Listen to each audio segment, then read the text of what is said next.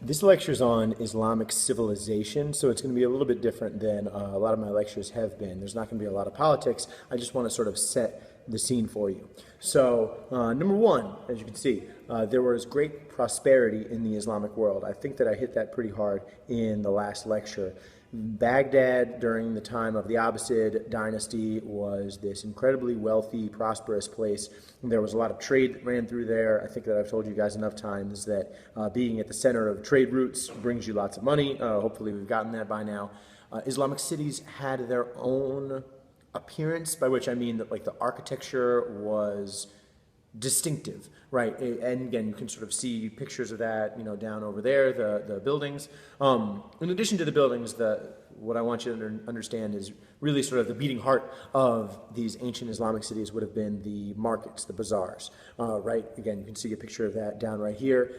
Bustling trading centers where people would go and you would buy things. The way that ancient cities were often constructed, there would be everyone who would sell the certain kind of thing would all be sort of close to each other. So if you wanted to go buy particular kinds of clothing, you would go to a certain area. If you wanted to buy this other thing, you'd go to the other area. The way that the markets were set up, different people had their own different little sections. So the cities are very sort of distinctive architecturally. The bazaars, or the covered markets, are really the heart of the towns, and there's great prosperity in general in these cities up until from their rise through when they're big down to down to their fall.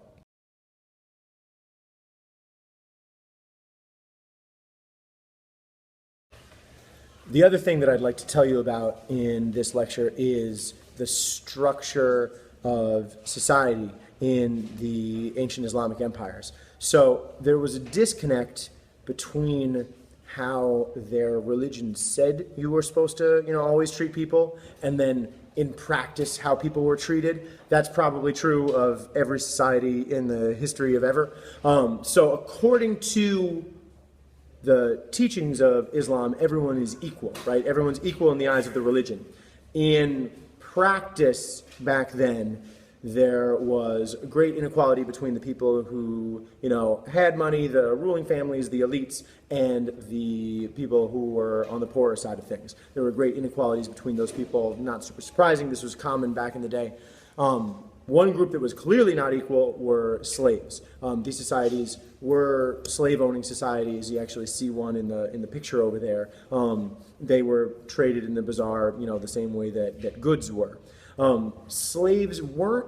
It wasn't exactly the same kind of slavery that existed in the American South, like before the Civil War. Back then, in America, it was very rare for slaves to be freed. They were sometimes, but it was more rare.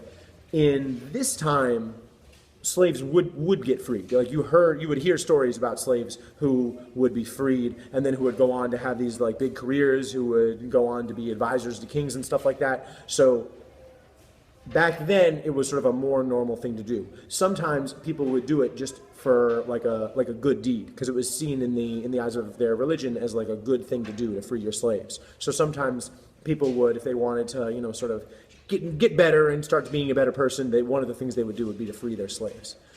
Another group that was supposed to be treated equally in the eyes of the religion, but weren't always, were women.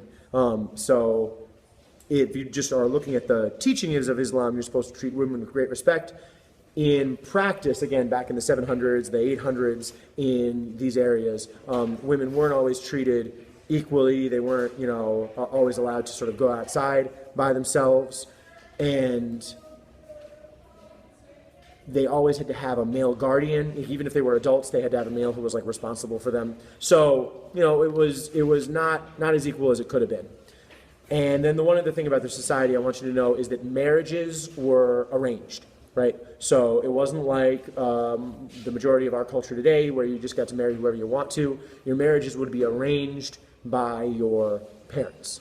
So men technically were allowed to have up to 4 wives, but that in practice it was only the very wealthy who actually did that.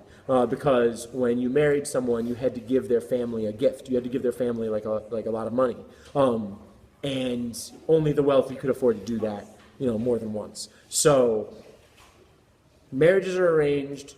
There's supposed to be equality in the teachings of the religion. In practice, there wasn't as much. And all right, I think we're done. Thanks.